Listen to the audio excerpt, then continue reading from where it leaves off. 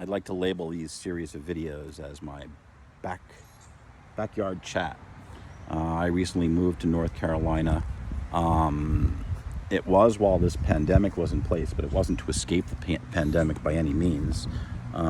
This is a choice that I had made with my girlfriend, and we just kind of visited this place, Northern California, and from our point of view, North Carolina.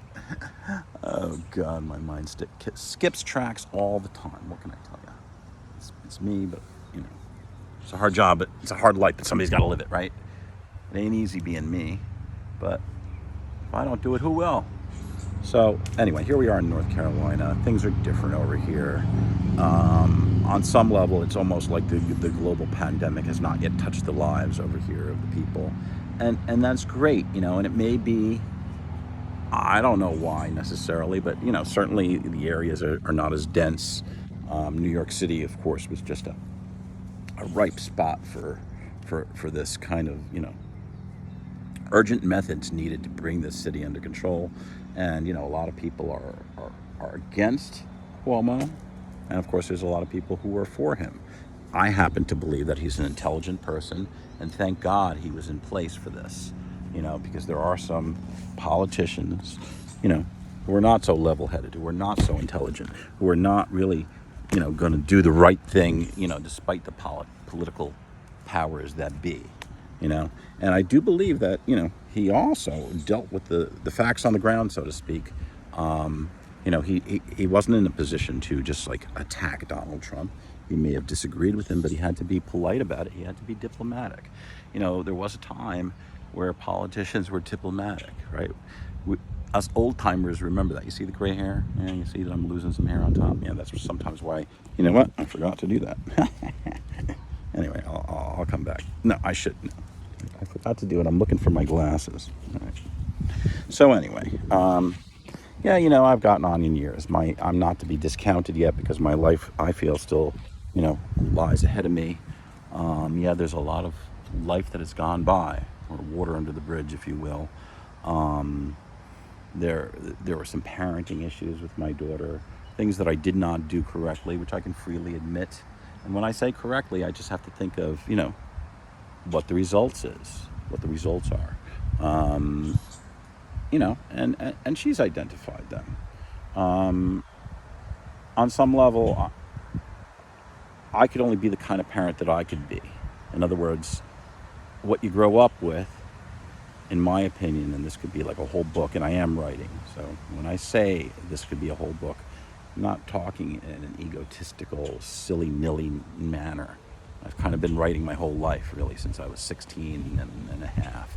Since some trauma or whatever might have happened might have derailed me.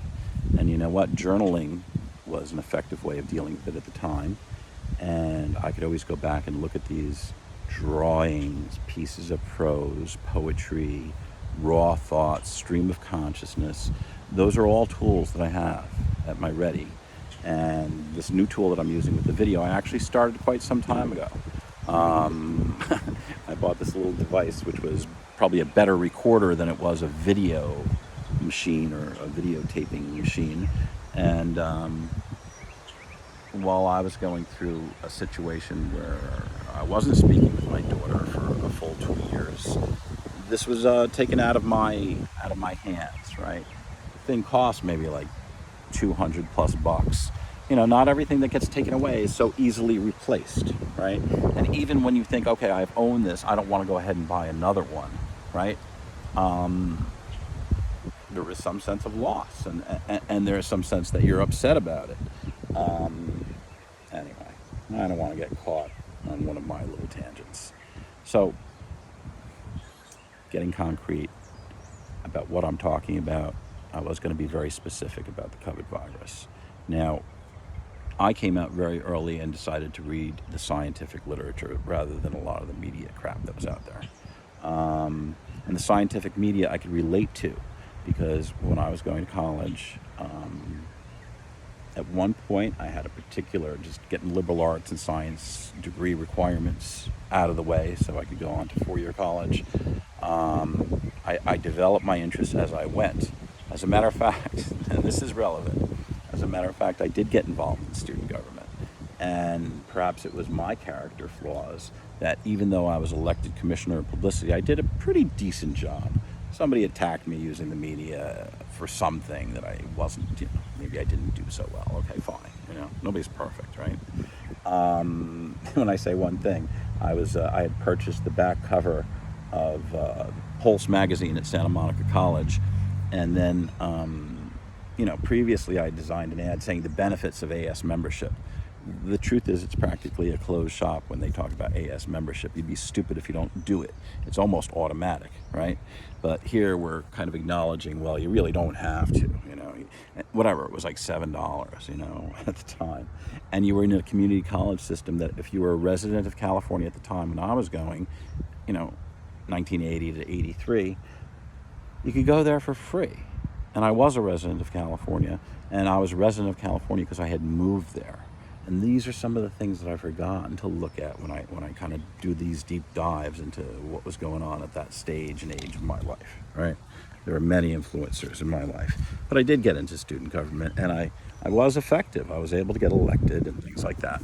But on the other hand, maybe because of the deficits in my life or the lack of proper planning, if you just want to be more specific about it, right, is I knew of this clause in our AS Constitution that said if your grade point average falls below 2.0, you'll be automatically removed. And I think that, the framers of this Constitution, if you will, and it might have been some input from the administration along with the students at that time, were of the belief that, if your involvement in student government is causing your grades to tank, right, because you're not so involved, you're not so interested, you're not attending your classes, whatever it may be, then you should be removed from office.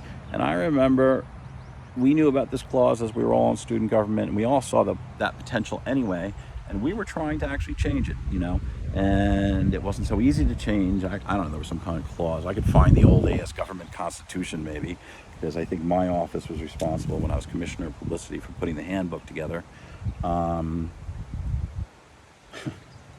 It's right there in our handbook.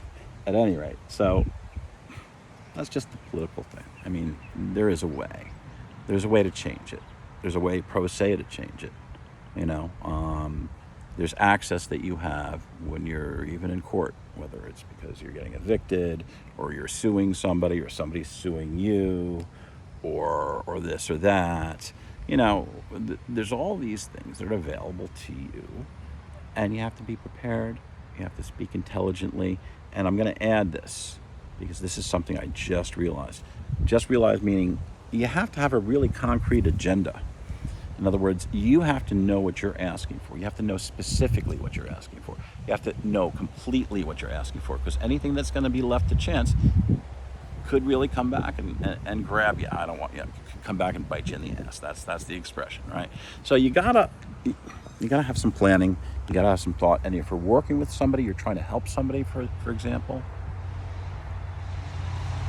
you have to make sure that this person's goals are aligned with yours.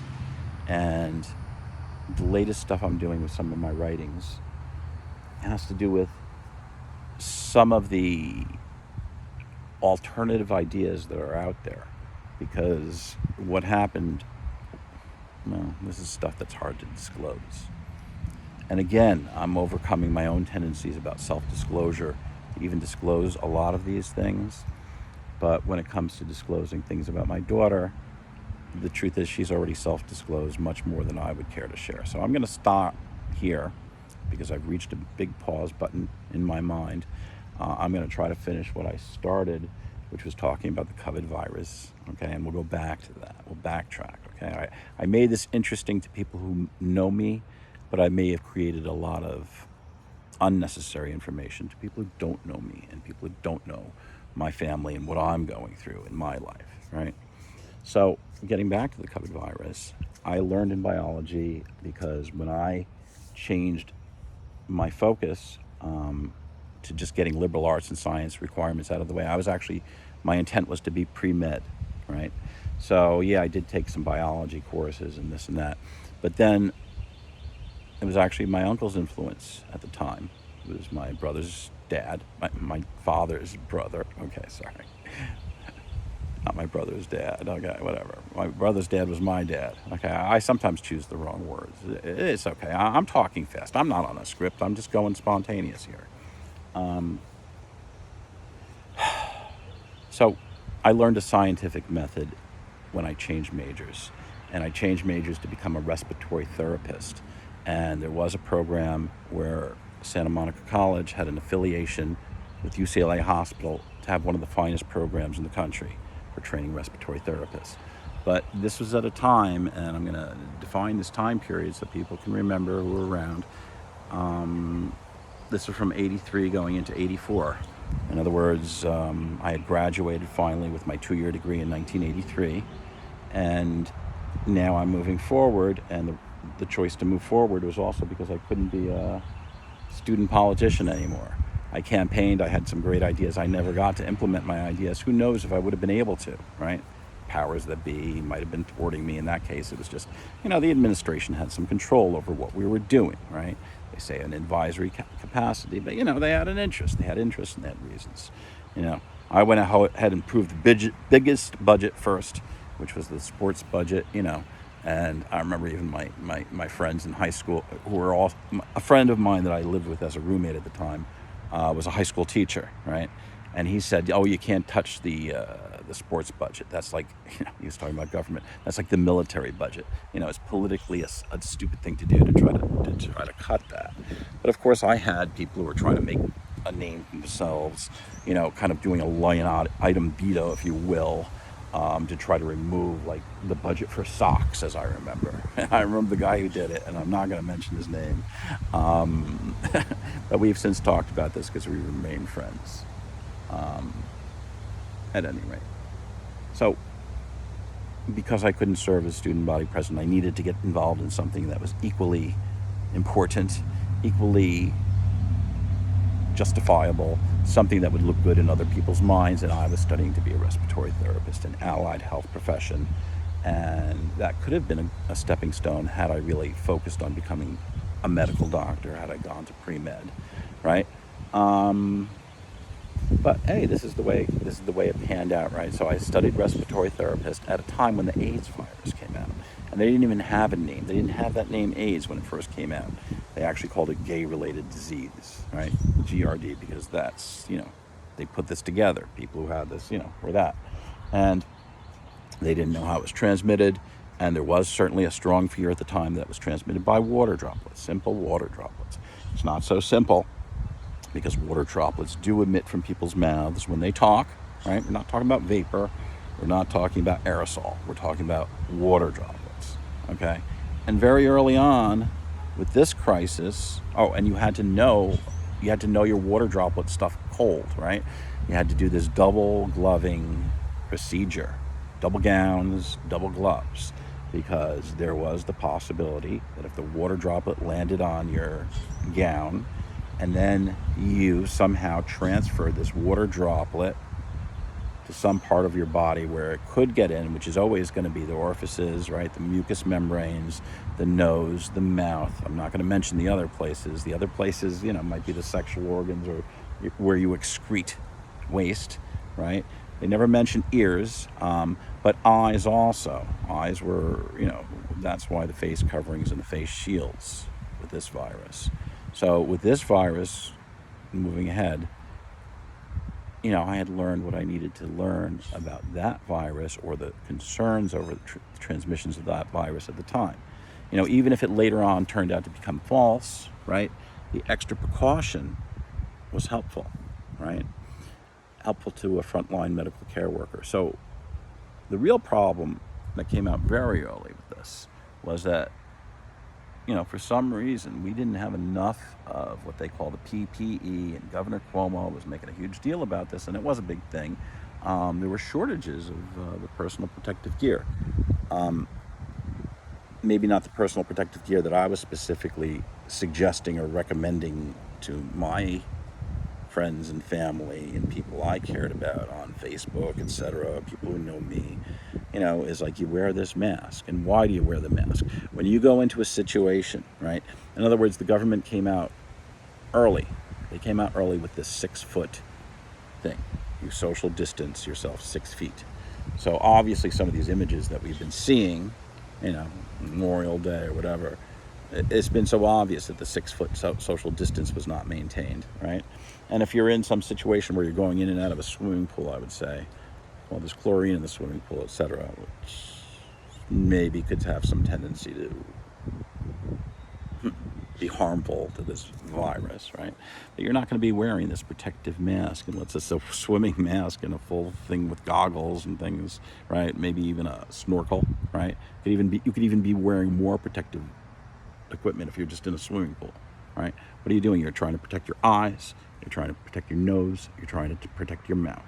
The other orifice where it could enter, normally a clothed human being, it's not going to be entering through there, Okay. So, on some level, somebody with common sense, somebody with a little bit of scientific knowledge could be taught in these things. But they didn't come out and did that. And the reason is I feel there were 2 reasons.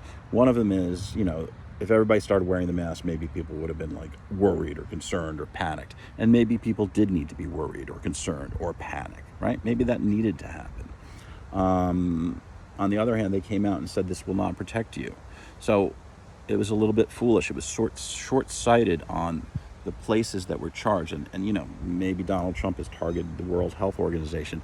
From what I understand, it was the CDC who was specifically saying, you weren't supposed to wear masks because it wouldn't protect you. Because the level of standard that they were looking for really had to do with the size of the water droplets, right? They were saying, okay, water droplets are this size. That's effective. The mask can protect you from the water droplets, but it can't protect you from the aerosol. Well, maybe the aerosol situation, the aerosolized virus at the Wuhan market, maybe that was the way it initially got its start. And maybe that was how a virus that does not normally jump from an animal species into a human species, maybe that's how it occurred. Forgetting all those alternate theories for a while. I just don't have time to get into it. Let's just accept the plain facts that as we saw them, as were early reported, as I saw them as early as January, before the end of January, that's how the virus jumped into the human population. But we don't have to worry about how that happened before. We will have to worry about that later to fix the problem so it doesn't happen again, right? But for our purposes right now, we have to look at the human-to-human transmission of this virus. We're not imagining that people are going back into this Wuhan market, right, to buy more fish or produce or live animals or be it bats or some other strange animals that maybe are not normally consumed. I knew the name of it before, but it's escaping me now. But it was like an animal with scales that, I don't know, it's a cute little critter. But it was considered a delicacy in a certain country, and people pay high prices for them. If you just try not to get distracted here, okay? So let's just keep it simple, folks. They could have come out early and said, hey, these type of masks, and I can go buy them in a store right now over here at some incredibly ridiculously inflated price, right? Like $40 for a box of 50. You could buy the disposable surgical masks. You've seen those masks for people who have been to, or if you've seen your girlfriend go to the nail salon, they're wearing those masks. I don't even know if those masks protect those people from the kind of fumes that they breathe in, right? But they have those masks. Maybe it's some attempt to protect themselves. And then you routinely see them being worn in countries where the pollution is just much worse from over here. And as you just keep on going deeper and deeper, what's the cause of this virus? Why did this happen? How did this happen? How could this happen? The story gets more and more convoluted. But at any rate, they didn't want to tell people to wear masks at the time because somehow the literature was out saying that the N95 masks, which were slightly more expensive, which are really only supposed to be used by medical professionals, were the only masks that were like 100% effective in the transmission of this virus. And of course, that's the ridiculous myth, right? In other words, and the thought that people are going to get these masks. Let's say they're harder to manufacture. Let's say they're harder to mass produce. Let's say that the system that it takes to make these things, it just doesn't operate as fast enough, or maybe an abundance of supplies in the companies, in the storehouses, even in the nail salons where they have these things, right? There's an abundance of these other masks, which are the surgical masks. They could have come out, they actually went a step beyond that, but let's just stay with this. They could have come out and said, these will be effective to protect you and others, right? If you have COVID virus and you sneeze while the mask is on, yes, obviously the mask is going to cover the sneeze if you're wearing it properly over your nose and mouth, right? So that you could protect somebody from transmitting the COVID virus if you have it and you sneeze and you're in a crowd or a store, right? Because, the evidence to show how far that sneeze travels, it's significant, right? It's more than 10 feet, really. You have to be worried about it. If somebody with a COVID virus sneezes in an interior place, let's say, because, it's just the way things are. Indoors is different than outdoors. I'm sorry, that's like almost beyond science to try to explain that, right? It's like, it's different, right? When you have a closed set of walls, there's a certain limited supply of air and, especially in airplanes, right? At any rate, so they could have come out early and said, yeah, these masks will help. Don't buy the other ones, please, because they are in short supply. Not that you can't pay some ridiculous price to get them. And you could buy them, too, for more money, right? But you don't need those, and the level of additional protection is probably not worth the money. And it's certainly not worth taking them out of the hands of medical professionals who do need these masks because they are coming into more contact, closer contact, more, they need to be worried and concerned about the smaller level droplets that could actually come through. There's going to be some varying degree. Does it become aerosolized? I say that we don't need to get into those kind of points. If everybody was wearing the mask, and this is the safest way to be, we could stop the transmission of the virus. If we have to be in situations where we can't control, it's beyond our ability to control whether or not somebody comes within 6 feet of you in most supermarkets or really in most stores, right? And most people are going to routinely walk past something. And here's a little tidbit I'd like to share. I've talked with the masks about my family. I've sent masks to my family. I didn't care what the CDC was saying. These are people I love. These are people I'm concerned on. I'm sending the right masks to. They said that you should make your own cloth mask. They said if you don't have a cloth mask, wear a bandana. They were going to say things that maybe were really not effective, right? And you could get a false sense of security from these things. So that's the danger of it. The disposable masks are probably the best. I'm not saying that you can't wear them a few times, right? But the real professionals, maybe they'll just think they're going to have one a day or something like that, As far as me wearing the mask, I use them when I'm going into a store routinely. They've come out and they've created laws in New York State about having to wear the mask, but it doesn't matter. I grew up over there while this was going on. I was living there while this was going on. I was watching Cuomo on TV. But I was also reading the scientific articles. This has become much more long-winded than I had hoped. So let me get to the conclusion, okay? The CDC, by not coming out and knowing, even in the first place, the relevant science behind this, right? Knowing that if something can get into you through aerosols, right? You also need to look at the water droplets because the water droplets, are bigger. The water droplets are bigger and the mask can block them. You can come out and say that they're 80% effective. You can come out and say they're 70%. Whatever number you want to put on them, right, to protect you against this virus, there would have been less. There would have been less cases of COVID-19 in this country. We kind of started out in the beginning with too many cases. We were heading towards great difficulty, certainly in New York City. And when we say if, we are really hoping that the protective mechanisms that Cuomo put into place in New York State, which New York City is a part of and has to also follow, right? And there's stricter regulations in New York City, really because of what New York City is.